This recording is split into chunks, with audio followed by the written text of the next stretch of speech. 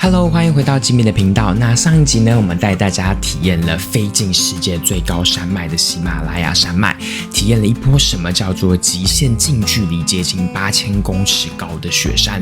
并且呢，我们也在雪山之中穿梭。那如果还没有看过的朋友呢，强烈建议大家赶快去看看哦，那可是花了上万块钱才有的体验啊，荷包是真的很痛。因此呢，如果没有让多一点的伙伴看到的话嘛，那实在是非常的亏啦。那这一集呢，我们将加入的是当地的 local tour， 从博卡拉出发，来到博卡拉周边的一些行程。那整个团里面呢，其实除了我和欧洲的女生之外呢，其他呢都是当地人。当地人其实都很友善，他们注意到呢我们根本听不懂之后呢，就协助我们用比较清晰的英文呢再翻译一次给我们。那也因此呢，其实我们在这个过程中也受到了很多的照顾。在景点迷路啊，或者说在景点需要帮忙的时候呢，这些同团的伙伴呢都会认出我们，然后来给我们协助。所以有的时候其实参与 local tour 呢，其实并没有想象中那么可怕哦，而且除了可以省钱之外呢，还可以短暂体验一下当团宠的感觉 ，CP 值真的是非常的高。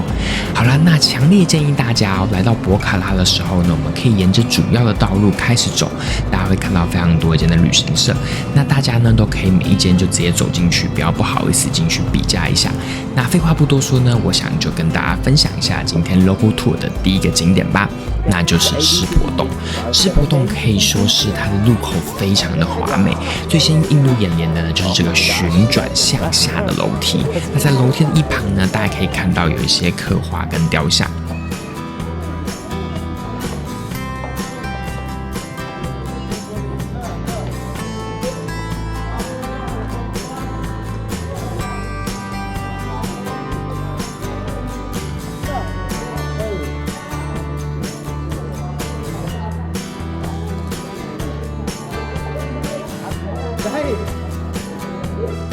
那其中呢，最引人注目的呢，无非就是湿婆神与角幡卢海的这个壁画了。那这个呢，也是印度神话中非常知名的一个故事嘛，角幡卢海。那相传呢，卢海内呢有这个不死不老的甘露，众神与阿修罗呢都想要获得此物。那他们呢就请来了蛇族之王呢来作为这个搅拌神，然后呢双方共同施力来搅翻卢海。不过呢，在不死不老甘露出现之前呢，其实是先出现的是最致命的毒液哦。于是呢，湿婆神呢为了要拯救世界，那就突然间出现，并且将毒液一口喝下，保存在他的喉咙中。那这个呢，眼前所看到的这个壁画呢，就是在描述这段故事里了。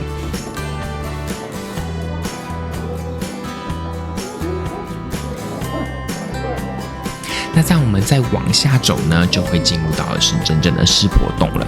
那这个洞穴呢，其实原名呢，在指的是有一个隐藏的神明呢，他居住的洞穴。那不过呢，被人们普遍认为的呢，就是这个隐藏的神明呢，其实就是湿婆神。那这个呢，其实也和当地的这个地质环境是有关系的，因为这边呢，其实是灰岩地形，那就有不少的钟乳石啊、钟乳柱。那这个形象呢，都跟邻家非常的相似，因此呢，就被认为呢，其实就是湿婆神呢在这边闭关修炼。那除了湿婆神在这边非常有名之外呢，还有另外一个让印度教信徒不辞辛劳也要来参拜的，那就是卡姆德努愿望之牛。其实从这个愿望母牛的乳房呢所流出来的水呢，就被认为是圣水。那它被认为呢是能够净化心灵，并且呢具有治疗这个功效。信徒呢甚至会喝下这些圣水，然后来祈求获得祝福。所以我们在这边呢都可以看到非常多的人呢就会在这边大排长龙的，就是希望要获得圣水，获得祝福。那经过了这个圣牛之后呢，让我们再继续往下走，那就会看到一个非常独特的一个自然景观。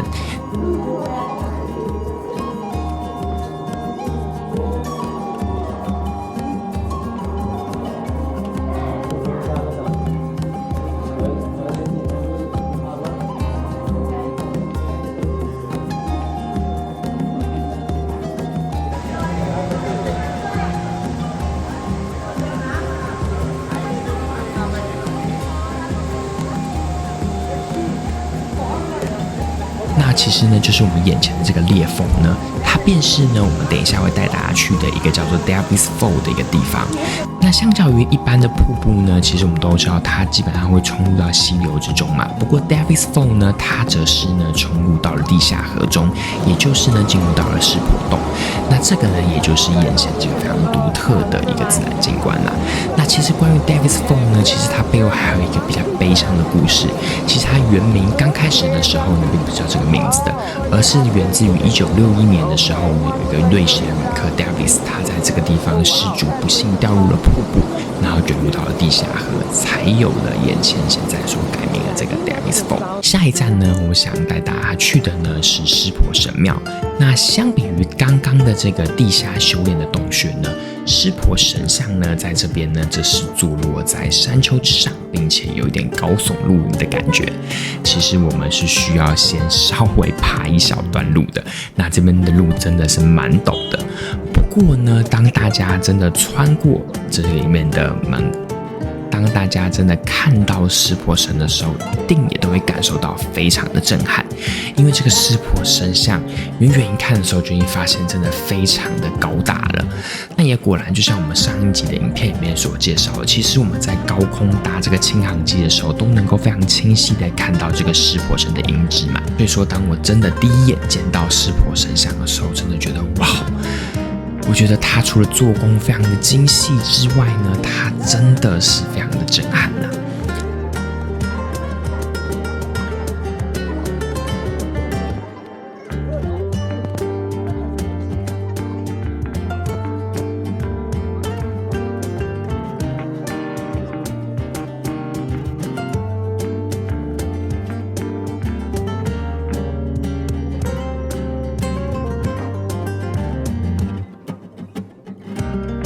当我们在环顾这个湿婆神像的时候呢，不知道大家有没有注意到一个小彩蛋，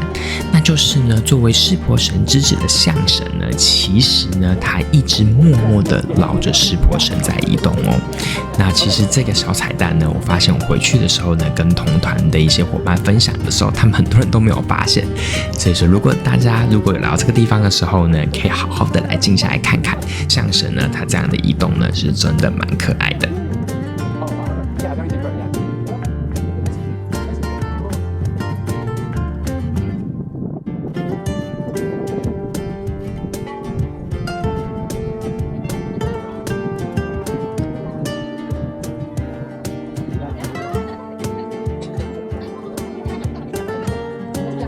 那在神庙的另外一头呢，其实我们可以远远的就可以看到，其实有两个神像，它一样非常的高大，然后呢也是有种耸立于山丘之上的一个感觉哦。那这个呢也就驱使我很想要去目睹他们的真容啦。因此一般呢游客其实来到这边，然后逛完湿婆神庙之后呢，其实可能就会走回去了。不过呢我发现呢这个大概距离只要10几分钟左右，那当然也是稍微再爬一下小山呢，其实就可以看到另外两个非常气派的神像。那他们呢分别是杜尔加女神以及释坚陀。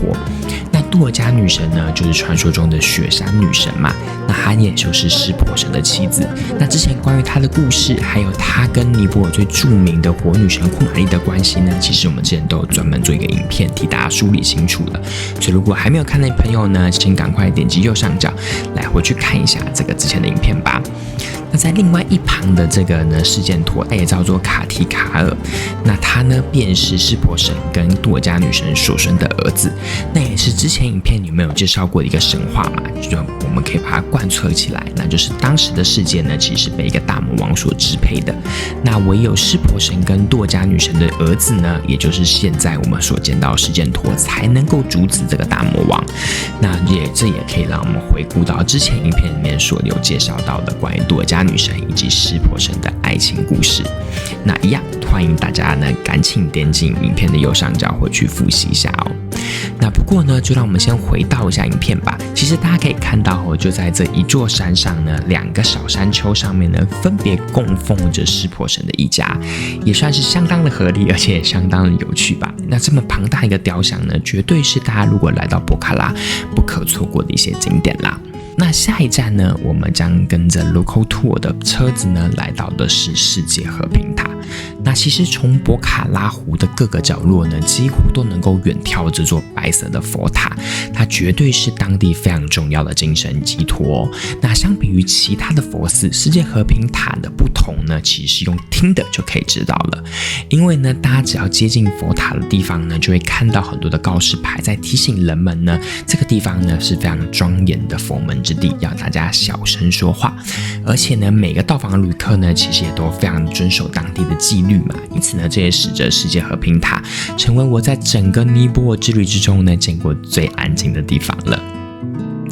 不过呢，相信非常聪明的伙伴呢，一定有注意到一件事情，那就是这个佛塔看起来是不是有一点似曾相识啊？那没错，这其实就跟我们前阵子呢在兰比尼所见到的和平塔，其实呢两者可以说是长得非常的相似，而且呢，他们都有来自于相同的出身，那就是日本的日莲宗。那日莲宗呢，其实在战后2战之后呢，就发愿要在世界各地建造80座的和平塔，要劝告世人一同守卫世界的和平。那也和兰比尼一样呢，博卡拉的佛塔呢，它也是充满了各国文化的交流的，包含了4个方位的佛像呢，其实呢是分别来自于日本、尼泊尔、泰国跟斯里兰卡。那这个呢，也是因为这4个国家呢一同出资修建的，如今我们所看到的佛塔。那如果刚刚前面几个景点的介绍呢，各位如果觉得有些平淡的话嘛呢，下一个要带大家去的地方就有一些挑战咯，那就是蝙蝠洞。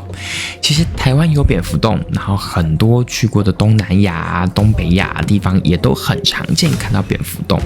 但是要面对整个眼前的山洞里面的整个山壁上面都是蝙蝠的，这还是我人生见到过的第一次哦，也是我真实所见什么叫做成千上万。那他们时不时所发出的声响呢，真的会让人觉得有一点点怪可怕的。不过呢，还好走到这边的时候呢，其实是跟超多旅客一起前行的嘛。那虽然说呢，这个洞窟呢其实真的非常的暗，然后大家都必须要仰赖着手电筒。不过在这个时候有大家一起前进，我觉得还行。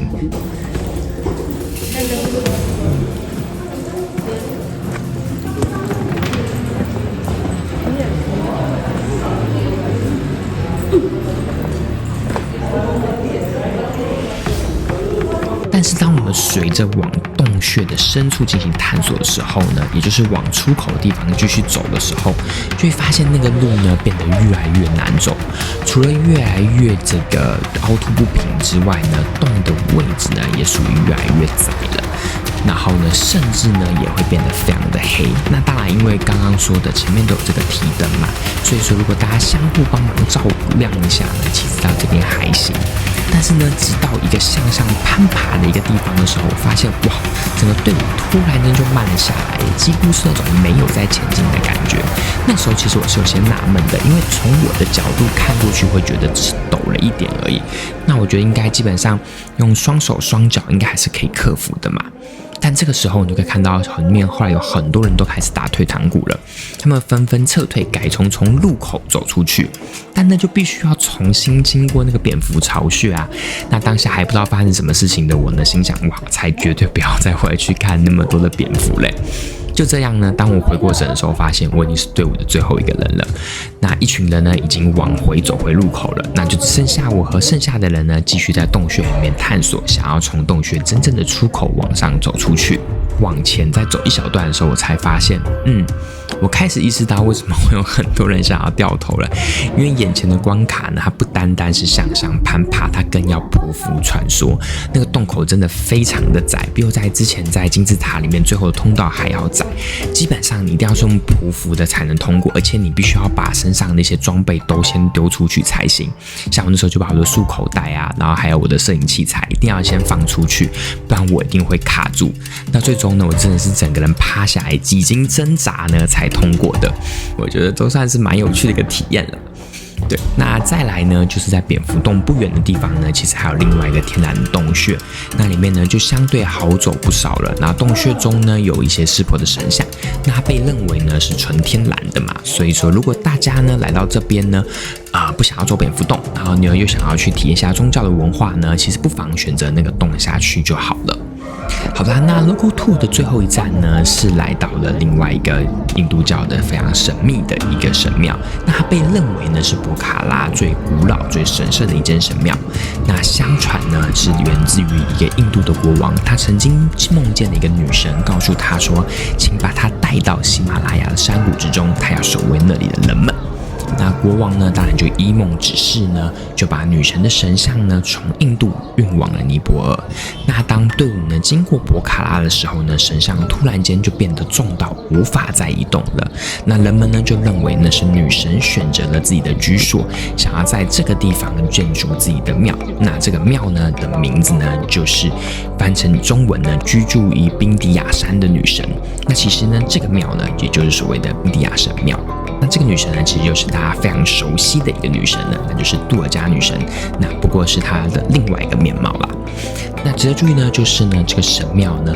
到现在呢，都还保留着动物献祭的传统哦。那如果说想要知道这方面的一些小知识的话呢，也可以回顾我之前的影片。所以说，如果各位有特别想要来这边来体验一下传统的话嘛呢，可以锁定一些重要的节庆，然后来这边看一下所谓的献祭的传统。那不过呢，应该会是蛮血淋淋的，所以说可能建议大家就是，如果你反过来是没有特别想看的话，那尽量避免一些传统的节庆的时候出现在这边。那整个 Local Tour 的其实呢，也就是大概花了可能6个多小时而已。整个结束之后呢，其实它就会载我们回到博卡拉的湖边了。那在这边呢，非常推荐大家呢，其实就可以常常选择在博卡拉的周边欣赏美景，然后呢来听当地人的歌声，享受美食。那我真的觉得，就是如果大家有来博卡拉比较长的时间的话嘛呢，时不时就来这个湖边走走，就会感觉到真的非常的心旷神怡。而且其实如果天气好的话嘛，是可以远眺喜马拉雅山的哦。那不过呢，大家在沿着湖散步的时候，可能会时不时的听到一些尖叫声。没错，那就是源自于湖旁边一个非常有特色的地方，那就是博卡拉的迪士尼。没错，各位没有听错，真的就是迪士尼 Disneyland， 非常有趣，就整个布景呢，感觉就是真的非常的盗版，而且如果灯光再调得更暗一点的话嘛呢，会有一种恐怖杀人电影里面的那种感觉，会有种仿佛突然间就会跳出一个变态杀人小丑那种感觉。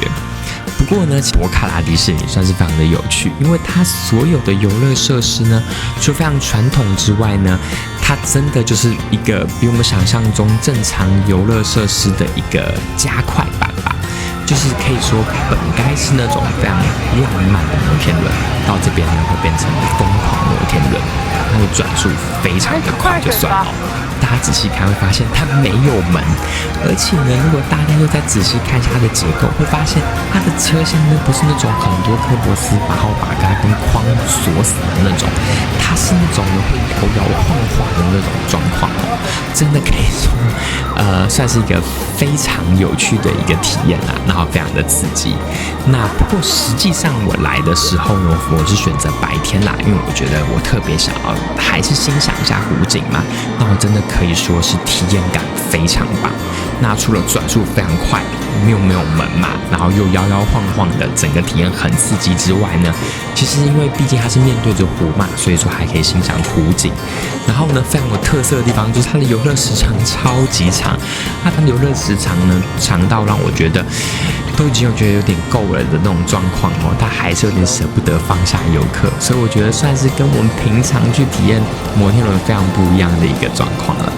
好，所以说我觉得还是蛮建议大家，如果真的有来的话嘛呢，可以来体验看看，毕竟也是一个蛮好的一个方式来看一下湖景嘛。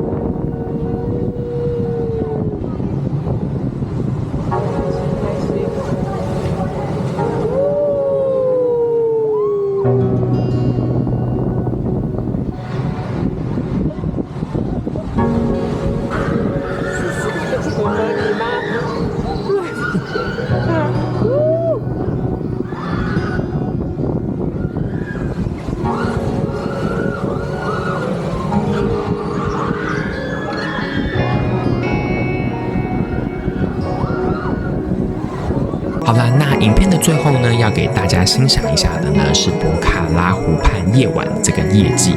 那更详细的这个夜记呢，我会在下一部影片的时候呢告诉大家。那也透过下一部影片，让我们一起穿越到印度史诗故事里面罗摩衍那的那个城市吧。关于更多的故事呢，就会在下一集继续跟大家分享。那如果你其实是我的忠实观众呢，一定就会知道这个罗摩衍那的故事已经被我们反复提及过很多次。那这个非常具有影响力的印度神话呢，相信你也一定很有兴趣吧？那就千万不要错过咯。那如果你也不想要错过接下来的旅游冒险影片的话嘛呢，赶紧订阅我的 YouTube 频道吧，然后还有 IG 可以追踪哦。那更多的资讯影片就在吉米的频道。那我们下部影片见咯，拜拜。